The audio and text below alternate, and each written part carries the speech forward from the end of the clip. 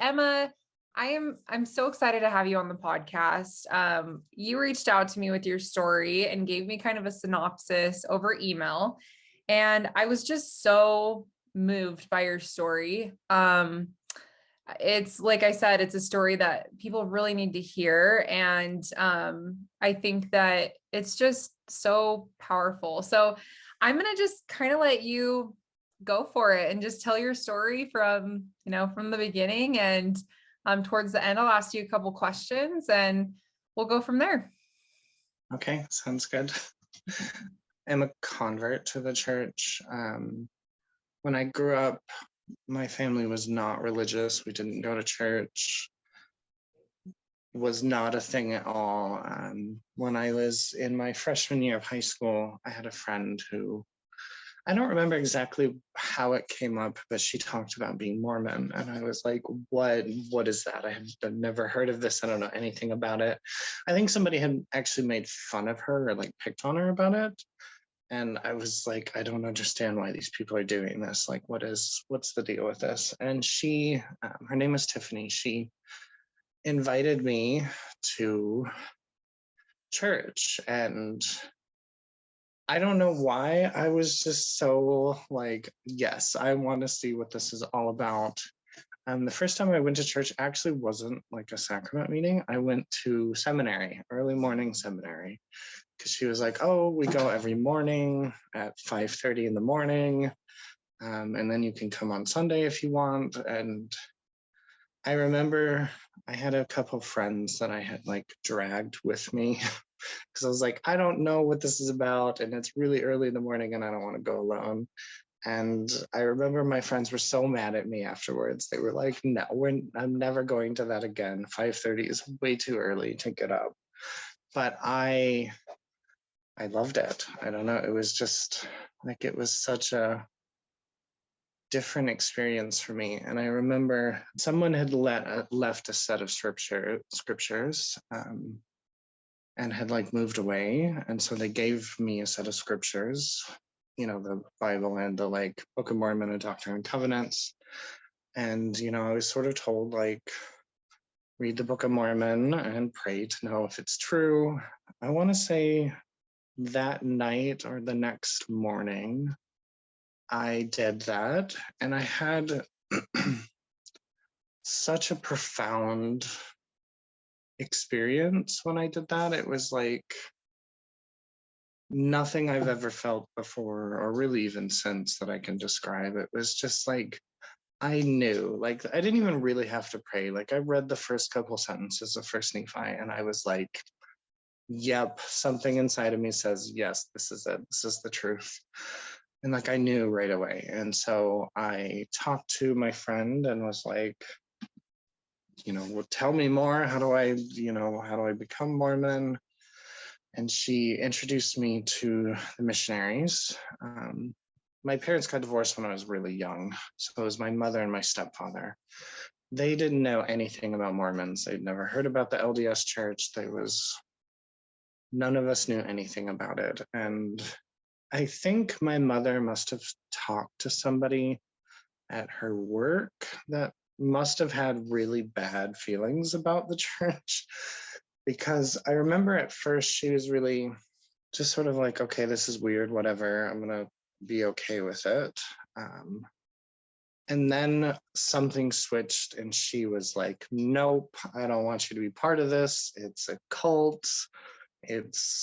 They're all crazy. Like, I don't want you to convert. I don't want the missionaries at my house. I don't want you meeting with them. And I kind of sort of weaseled my way around that by getting to meet with the missionaries at my friend's house. Because I was like, no, I want to do this. I don't care what my mother says. Like, this is where I belong. And so I met with the missionaries and I went through all of I think they've since sort of changed some of the missionary lessons, but I went through all of the ones before you get baptized, and they really, really wanted me to get baptized, and I really wanted to get baptized, and I tried to get my mother to let me, and she refused. I wasn't allowed to. Like, it was like a big deal. Like, when you're 14, everything's so dramatic. So it was like the end of the world. She didn't want me to be Mormon. And even though I was going, she was okay with me going to seminary in the morning and going to church on Sundays. She wasn't okay with me getting baptized. That was like where she drew the line, and was like, when you are 18 and you're out of the house, you can do whatever you want. But until then, no. But the missionaries, the elders, I don't even remember their names, but they were pretty insistent. They really, really wanted me to try and convince her. And I was like, you guys don't know my mother. If she says no and she digs her heels in, there's no changing her mind. She can be a very stubborn person sometimes. Not always a bad thing, but so it just sort of got to a point where there was a lot of pressure to get baptized, and I couldn't. It wasn't something I was allowed to do. And so I stopped going to church for a little while. And I don't really remember too much between when I stopped and when I started again, because in my sophomore year, I definitely went to seminary for much longer than during my freshman year. And I started meeting with sister missionaries who, I explained to them, like, this is what happened last time. My mom's not going to let me get baptized. Like, I'm happy to meet with you. I want to learn everything, but like, that's not a reality. And they were, I think they were much more understanding, and they agreed to teach me, and they taught me all of the like before baptism and after baptism lessons. Just as like we're just going to teach you all the things because we know that you want to do this, and one of these days you'll be able to. And so we'll just teach you everything. I loved it. I loved getting up at 5:30 in the morning and going to seminary. I had great grades. I'd do homework between when seminary ended and when class would start. And so I had really good grades.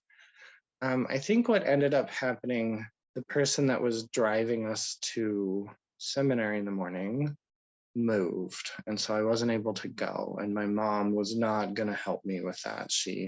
There wasn't anyone else I could get rides with, and so I ended up sort of stopping going. And there was, my mom was kind of antagonistic about the whole thing the whole time. But I kind of wrote in my story in the email, I still I still had that like feeling of like wanting to connect with God. And my parents were okay with the Catholic Church. They were like, yes, you can get baptized Catholic.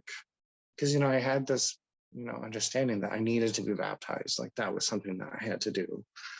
And so they were like, yep, we'll let you go to the Catholic Church. We're okay with that. We don't think we don't think they're crazy.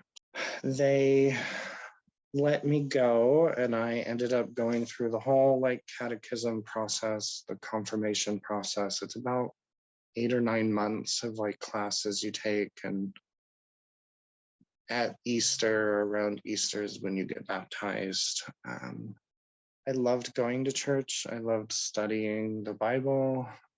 I don't think I ever lost my like testimony of the church. It was just I wasn't allowed to, and so I was just sort of doing the best I could to still like live that sort of like righteous life. At the time, I was like, I want to. So I'm transgender for those who are listening and who aren't aware.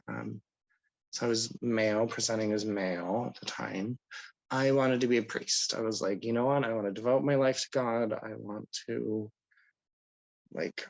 go and become a priest. And I remember asking the priest that had baptized me, like what that process was. And he was really kind of dismissive. He was just like, whoa, slow down. Like you've been a Catholic for like 2 minutes. Like you would just wait on that. And again, I think I was 17, 18. So it was still like, it was very crushing. It's like, oh, this is something I really cared about and wanted to do. So that sort of, I don't know, tarnished things with the Catholic Church a little for me. That was my senior year of high school. I started working as a lifeguard.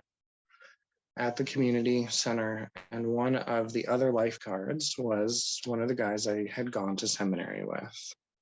And, we really caught up with one another, and he hadn't gone on his mission yet. He was planning to go. He was working to save money so that he could pay whatever to go on his mission.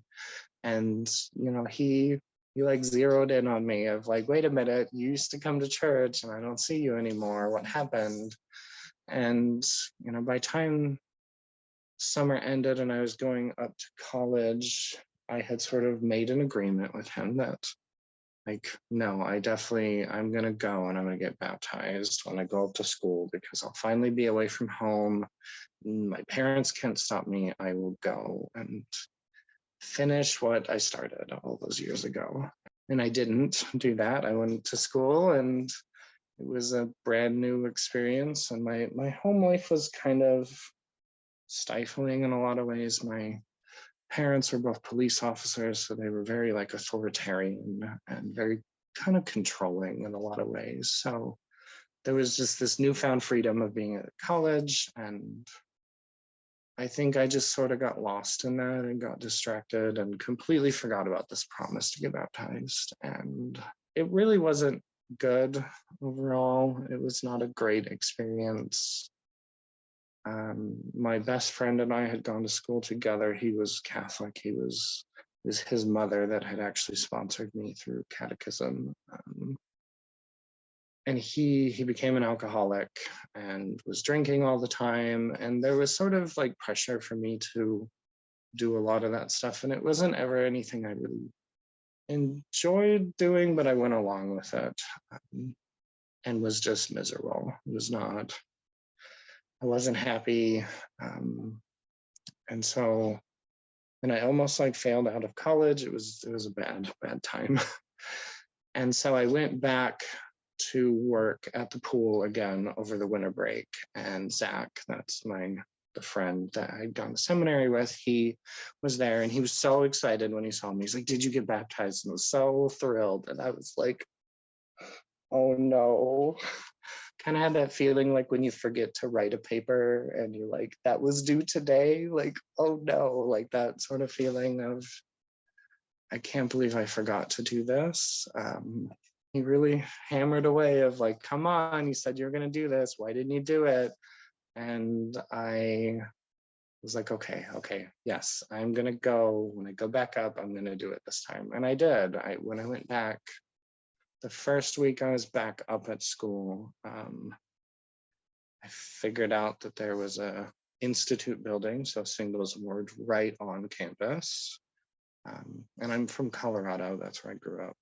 I figured out where it was. I went and I walked in, and the elders, Elder Hall and Elder Dietrich, I'll never forget them. They were sitting there in the little foyer, and there were people running around because it's a very active institute. There was probably almost maybe 200 of us total. There was a lot of people at this institute. I remember walking up to Elder Hall and being I want to get baptized. And they were just awestruck of wait, this person we've never seen, never talked to, just walked in and said they want to get baptized. And I met with them and I told them this is what's happened. I've gone through the missionary lessons twice now. I wasn't allowed to be baptized. I want to be baptized. And so I had to go through them a third time, because you have to cross all the T's and dot all the I's. But I think I did that in about a week. It was a week and a half. And then I was baptized. I just loved it. It was so much fun. I loved institute classes. My sophomore year of college, I was one of the bishops in that stake, was very wealthy, and he had set up a scholarship program for members of the church who you really had to be very, very active in order to qualify for the scholarship. And because I was already so active, they were why don't you join? We have this open spot. Do you want the scholarship? This is what you have to do to qualify for it. And I was for sure, absolutely. And I mean, that included you could never miss a single Sunday. You had to be actively like full-time in the institute classes. You had to, we had like lists of members that had either been, sort of out for a while or who hadn't been in church in a while. And like it was sort of our job as part of that to go and try and be like, hey, why don't you come to church? Like, and also part of it was I moved into a dorm room where all of my roommates were Mormon. Like all of us were scholarships students. I don't know, there was just, my sophomore year was just really awesome. I guess I should rewind. My freshman year, I had gone to general conference, like we had tickets. And so I went with a bunch of people from the singles ward, and we drove out to Utah and to Salt Lake City, and we went to, they had 1 or 2 sessions that we had tickets for. And I remember I went to the priesthood one, and I came out of it and was like, I'm going to go on a mission like this. Like, this is what I want to do. I feel called to do this. I decided to tell my parents that this is what I wanted to do. And I don't think I have ever had a more like horrible, terrible argument with my mother than that discussion of wanting to go on a mission. And they threatened to disown me. They were like, if you go on a mission, we're not going to pay for school anymore. You're not going to like, we're not going to help you with college. We're not going to help you like save money for this. Like, they were like, we're going to be done with you if you do this. And so I had called my father because I was like, okay, he'll support me. He's always got my back. He's a different kind of parent. Nope, I still remember like him being so angry at me that I wanted to go on a mission and wanted to interrupt college. And I was the first family member in both sides of my family to go to college. So it was like a really big deal. And so I was just sort of crushed of like, I'm going to get disowned if I go. So that was really hard. And it kind of became part of what drove a wedge between me and the church a little bit in my later years in college. Was there was a lot of like pressure, a lot of expectation for young men to go on missions. And, my parents were like, okay, if you are still Mormon and you still want to go on a mission after you graduate college, we will help you do that. We will pay for it. And so it's sort of like, okay, fine. Like that's the compromise. I will finish school first and then I'll go. And I know that they only offered that as like, oh, we're hoping you'll forget that you want to be Mormon and that you'll forget about this. But it just became, I don't know, more and more clear that that wasn't going to happen. And I stopped going to church for a little bit of my like senior year of college. And, I had those friends that I had known for years that drank all the time. They partied. They like, they had the very typical college experience. And they were very quick to be like, come back, like stop being Mormon. You're boring when you're Mormon. Like come and hang out and party with us. And I did that a little bit, but it was just miserable. Every time it's always been miserable. I had started dating somebody who was not Mormon, and I was drinking. I won't lie. I was drinking alcohol, and it just got very depressing. I just got very, very depressed, and was like, you know what? Maybe that word of wisdom was there for a reason. Like maybe the Mormons are right about this, and so I ended up going back to church again, and it was just like it always was. Every time I went back, I was always so happy to be there. And it was so nice. And the girl that I was dating at the time, I told her, like, we had been talking about getting married. And I was like, okay, if we're going to get married, you have to be Mormon. You have to get baptized. Like, I'm not okay with us getting married if you don't convert. And And she did convert, but it was like, she only did it for me. She wasn't actually interested. She didn't want that. She just wanted to marry me and was going to do whatever she needed to do to make sure we got married. And I did end up marrying her. So I never went on the mission. I got married and I moved to Minnesota. That's where I live now. And it wasn't long after I moved here that stopped going to church. She never was interested in going to church. I did a little bit, but I sort of got to this place, and this is where the really sad part to me comes in, is I just kept going back and forth of like, I want to go to church, but then I always end up kind of leaving, but then I always go back, and I was really like, okay, I know my heart tells me that this is true, but like logically, is this true? I don't know. I'm going to do this wonderful thing of reading, the anti-Mormon literature, all the different criticisms of the church. And I was like, if I read this and I still feel like it's true, then I'll keep going. I did read it, and I remember feeling very, I don't know, confused. And I think a lot of people who do something similar or who end up reading it can often feel really like the church lied to me, or it hid things, or there was just a lot of information, and I'll come back to this at the end. But there was lots of information that was just like, oh, wow, that really sort of changes my perspective on things. And I think honestly, I was sort of trying to find a reason to not go anymore. And so it was very easy to be like, I'm gonna latch onto this, and like, nope, none of it's real, none of it's true. It was just a whole, con game or something. Like, I became very, not like militantly anti-Mormon, but was just like, nope, I'm done. I even went so far, and this makes me really sad now, but I even went so far as like, I burned my patriarchal blessing and was like, nope, I'm done. I'm out. Like, I'm never going back again. And the funny thing is I still have those scriptures I got when I first went to seminary. Like, even through all of that, I still didn't get rid of them.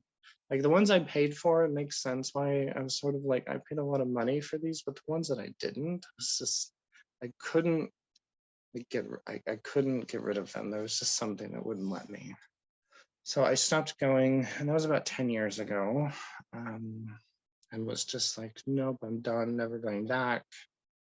And, throughout the whole story, I struggled at various points with my gender and my gender identity. And I think my earliest recollection of really struggling with it was when I was like probably 8 or 9 years old.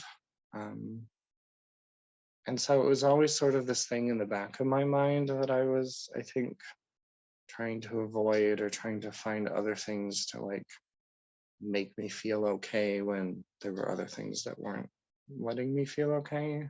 And so once I had stopped, I ended up, I became friends with a few people who were transgender and had went through gender transitions. And it just sort of became really obvious that like this was a thing that I couldn't deny anymore. I couldn't deny like who I was and how I'd always felt. And so I did transition genders in between when I left church and when I came back. And that was about 7 years ago.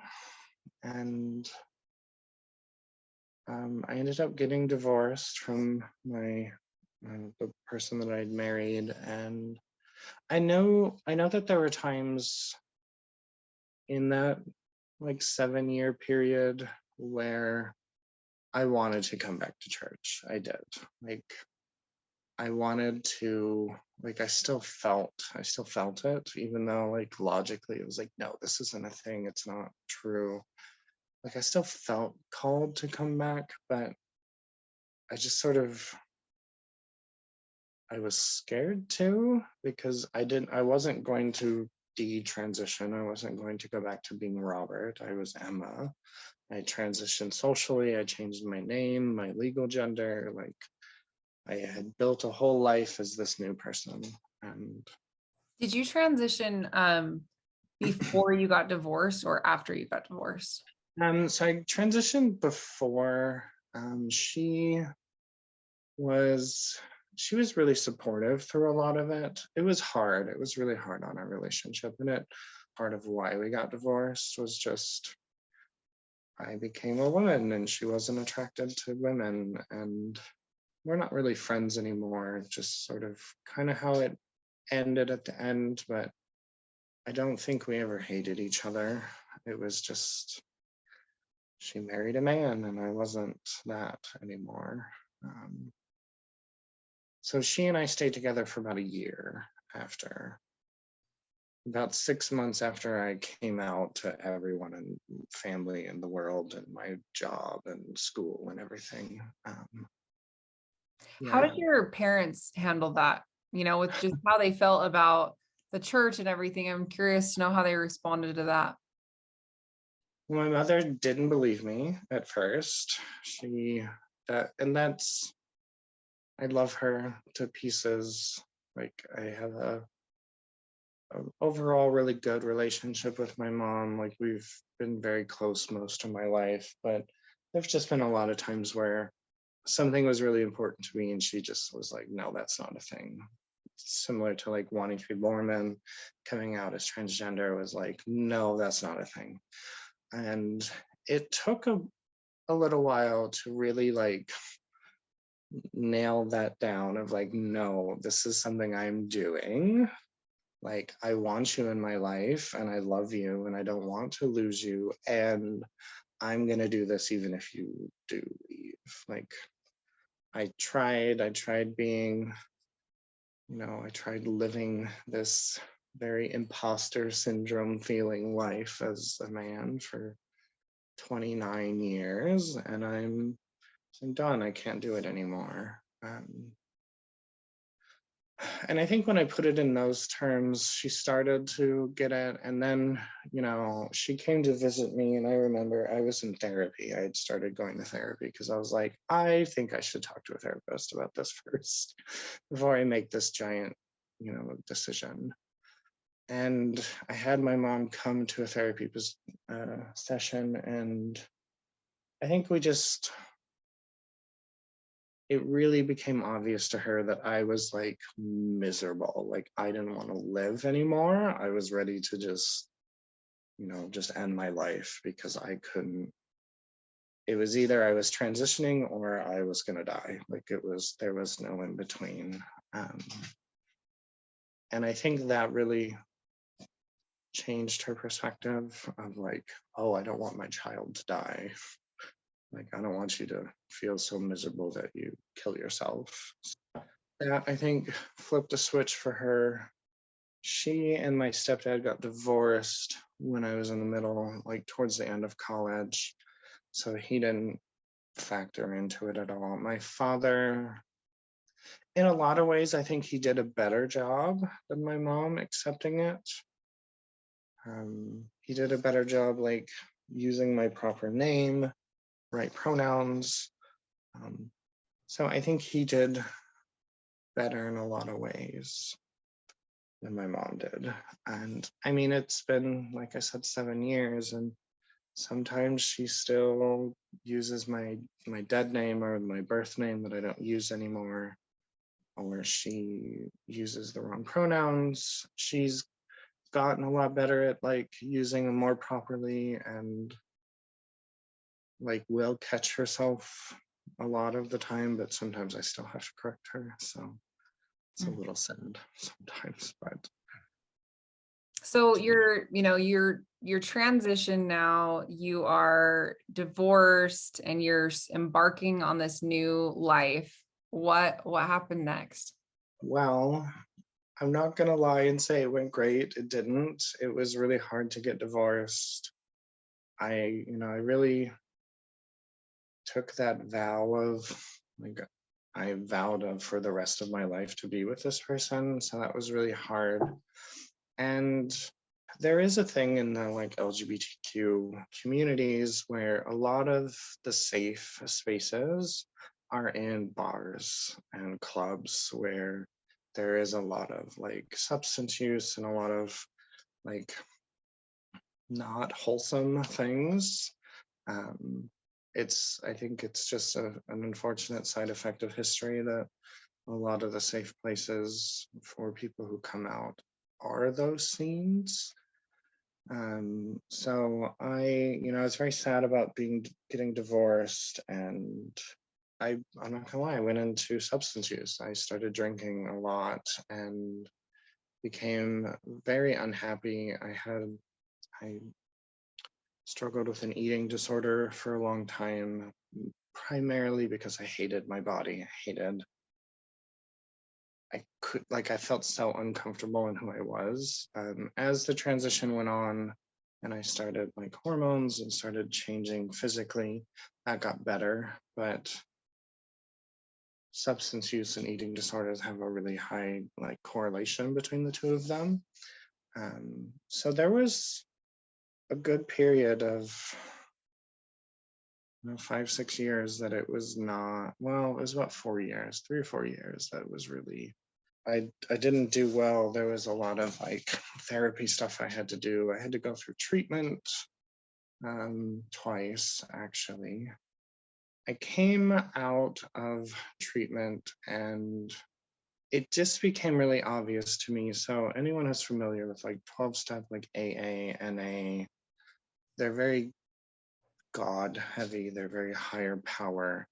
And that was hard for me for a while because I had this like, I want to be Mormon, I want to be active in the church, and I don't think they'd ever accept me. And so like I had this really not great relationship with, a higher power. It wasn't until I started looking into Judaism, actually. I had a friend who was Jewish and I started asking him questions, and it sort of gave me this like 1 foot in, 1 foot out feeling of like, oh, I get to, lean back towards that like faith in God that I've always had in a sort of an environment that is a little less. The Reform movement of Judaism is very outwardly open to people who are transgender or gay or lesbian or bisexual. They have like a really open arm policy towards that. And so it was sort of this like, I get to be me and I get to be safe and I get to really like embrace my love of God and the way that I used to be able to. And I was looking into becoming Jewish because I was like, yep, this was like a happy medium for me in a way. I actually had gone back to grad school. I became a therapist. I am a mental health therapist now. And in that process, I became a certified mindfulness teacher. And when I'm helping people with depression and anxiety, and I'm teaching them mindfulness, I sort of had this thought of like, well, maybe I should practice what I'm preaching, right? Like, I'm going to teach people mindfulness and how it can really help, then I should use it myself. And when I really started doing that, and I think I sort of said this in the email, like when I really got very still and very quiet internally and like kind of quieted my mind and was very present, like I really felt the spirit start to come back. And it became very, very obvious to me. The sister missionaries in the ward that I go to called me, and I screened the phone call the first time. I didn't know it was them. It was just a number I didn't recognize. I screened it. And then they called like 10 seconds later. And I was like, oh goodness, is this one of my clients who's in like a mental health crisis? And now I need to answer because, that's my job. And nope, it was the sister missionaries, and they were like, is, Brother Thrumston there? And it was just this very awkward conversation where my immediate response was like, nope, this isn't his number. They're like, oh, well, would you be okay with us coming over and sharing a message? I'm like, nope, that's okay. I don't want anything to do with that. And they're like, okay, was there anything we can help you with? No strings attached. And I'm just like, nope, it's okay. Thank you. Good luck. And ended the phone conversation. And because I had sort of opened myself up to that, being able to hear the Spirit again, there was very much a nope, like knocking on the door inside my mind of like, no, you can't ignore this. You need to talk to them. You need to go back to church. And it was a very overwhelming evening of me trying to like process the like cognitive dissonance of like, I'm me, I'm transgender, I am this person, and the church is not necessarily the most welcoming or friendly in its policies towards people like me. And yet I feel this very, very strong call to go back. And so there was just this like, wrestling match. I'm thinking of, is it Jacob and the angel, or whoever was wrestled with the angel? Like it felt like there was just this wrestling match inside my mind that I was like, am I really going to do this? And I read that the church had changed some of their policies a couple of years ago. And like there was some movement around it. And so I was like, okay, I'm just going to text the missionaries back and be like, what time is church? What's the address? And decided that I was going to go one time. I was going to see how it felt, to see what the experience was like. And if it was terrible, I was like, I'm never going to come back. It's going to be done for good. And it wasn't terrible. It was really wonderful. And the funny thing is it was the weekend, and when I had stopped going to church, it was still 3 hours. So I did not know it was only 2 hours. I wasn't aware that shift had happened. Isn't it such a nice shift? Every time I'm at finishing church, I'm like, I cannot believe this used to be 3 hours. They're like, okay, the like sacrament meeting's over. We're gonna go to Relief Society. And I was like, wait, there's not like Sunday school in between? Like what? And that was very nerve-wracking because I sort of had thought in my mind maybe I would dip out before Relief Society, because like that can get a little hairy when you're transgender. It as far as I'm aware, the church policies are very like, the bishop and the stake need to like discuss it at the ward level of whether or not they're okay with someone going to priesthood or Relief Society when they are identifying as a gender, not what they were assigned. So it was very like, oh no, we're going straight to Relief Society, and I'm like panicking, like I haven't told the missionaries who or what I am, like, okay, I'm gonna go. And it was such a fun experience. Like, I won't say hated priesthood meeting or like the hour of priesthood, but I always felt kind of uncomfortable. I felt like I wasn't supposed to be there. Like I said, it was very imposter syndrome anytime I was in a priesthood part of church, and I just sort of assumed that was like normal, I guess. I don't know. So going to Relief Society was a vastly different experience, and was just made me super, super happy. And, I eventually did come out to sister missionaries and was like, I know you called Brother Thrumston and I told you it wasn't his number. And then you met me, who is definitely a member who knows like I'm not new to church. So I'm just gonna like reveal the truth here of like, I guess I wasn't completely honest. Like I used to be him, but I'm not anymore. And they were like, we kind of wondered, but we weren't sure. So they were really great about it. They've been very great about it.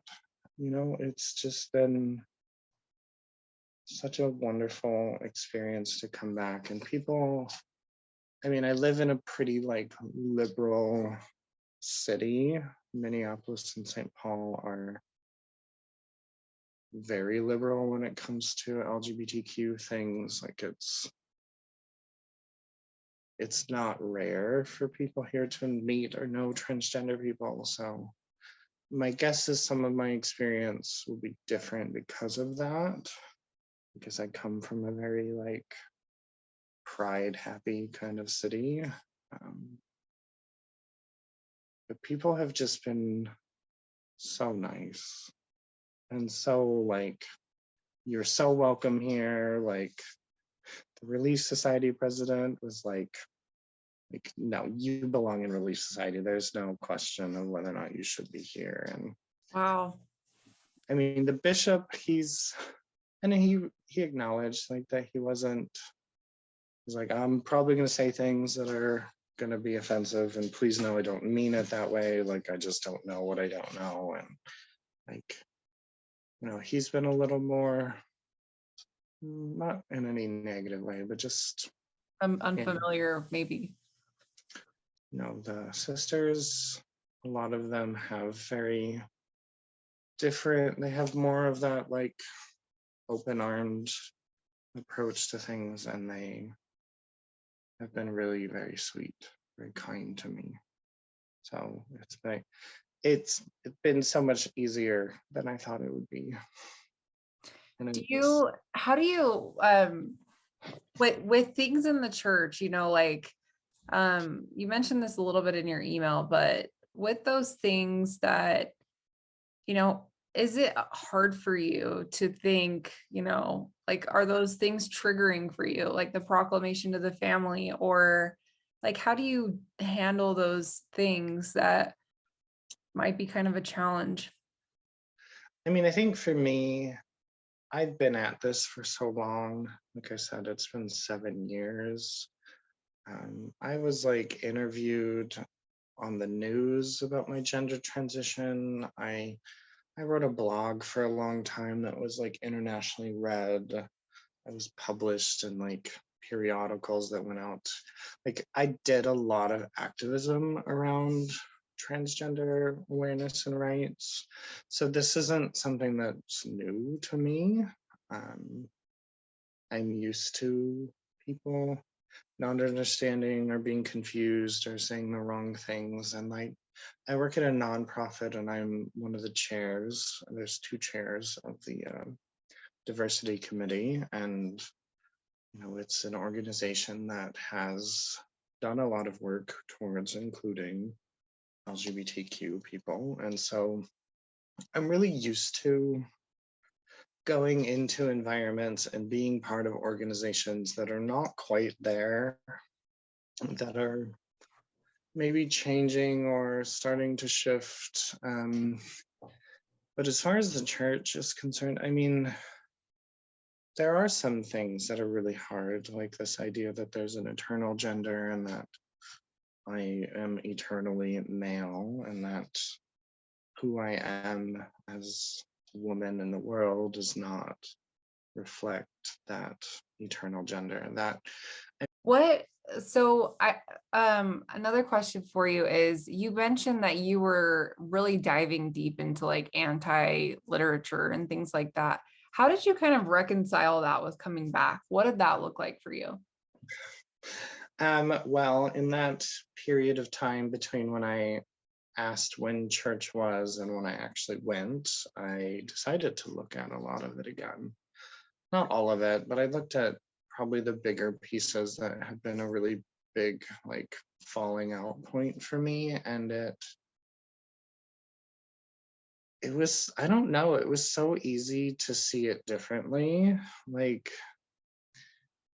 a lot of the criticism of Joseph Smith is like this idea that he like bamboozled these people, right? That he wasn't actually prophet and he just did enough that they would believe him. And everything that they sort of cite as some sort of like critique on his character as a person is so steeped in rumor and conjecture of like, okay, like if we come at this from he was a prophet and he was helping in the restoration of the church, and we believe Satan is here and has at his capability countless people who, you know, don't want the truth and don't live the truth and who are willing and able to gossip and lie and twist things. Like, it just, to me, it just seemed like I don't know how to really explain why, but it just,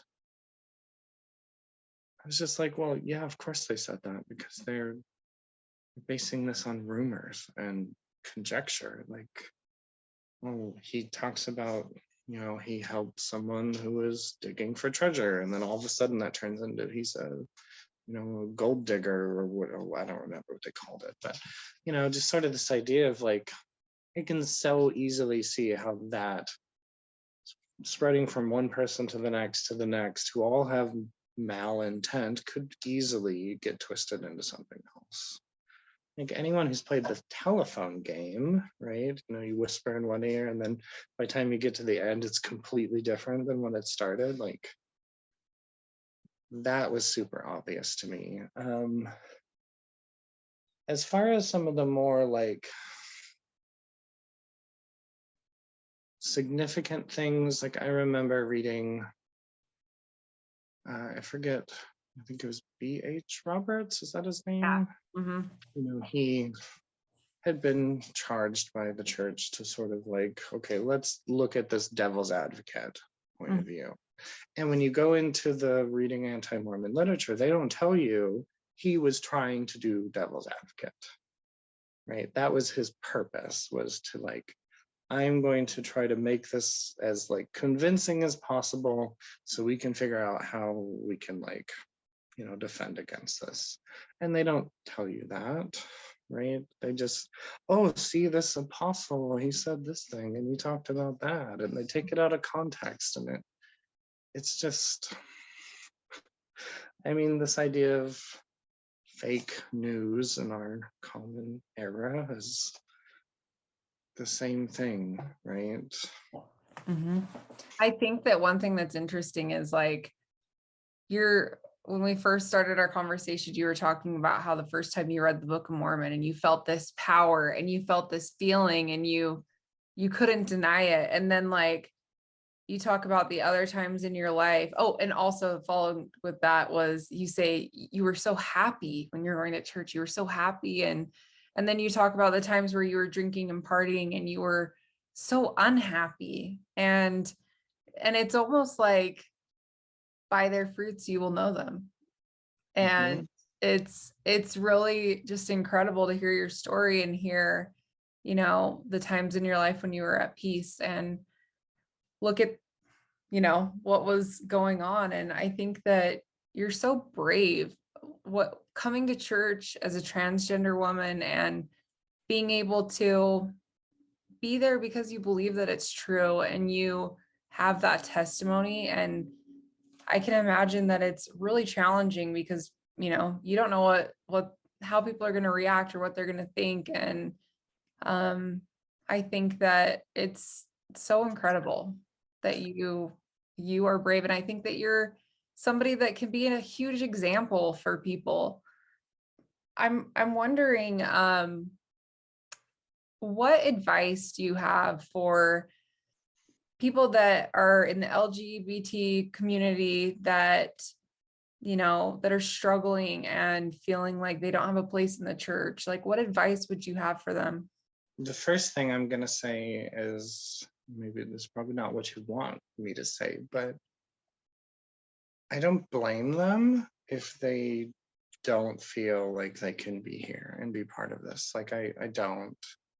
I imagine it is not, it can't be easy for anyone. And I think in some ways I can be a little unique in that I'm used to sitting in that uncomfortable position between being in a place where people are kind of uncomfortable, but being willing to like endure that, because I know that by me doing that and by me being willing to do that, that in the future, other people who come behind me will hopefully have a different experience. I mean, I've had a really great experience, so I don't want to say like I haven't, but I don't blame anyone who can't handle it. And people kind of ask me like, well, how do you like, well, the church is true. Like Joseph Smith was a prophet. Like I've been out in the world. I've looked at so many different things. I've explored the very secular, that's the word I was thinking, very secular world. And there is nothing and nowhere that brings me the kind of joy that I get from going to church. And to not get so lost in the like what's right and wrong in the world, in the view of the world, and really just try to be still and to try and know like internally in their heart what is right, because I don't think they're going to go astray if they do that. I love that so much. We have about 2 minutes left. Do you have any last thoughts or anything you want to add to kind of wrap up this episode, which by the way has been amazing? Thank you. I know the church is true. I know that it is. And I believe there's a reason that I got that sort of nudge to come back now. And I hope that I'm able to help others. So. Well, Emma, thank you so much for being on the podcast. And yeah, this has been so awesome. So thank you.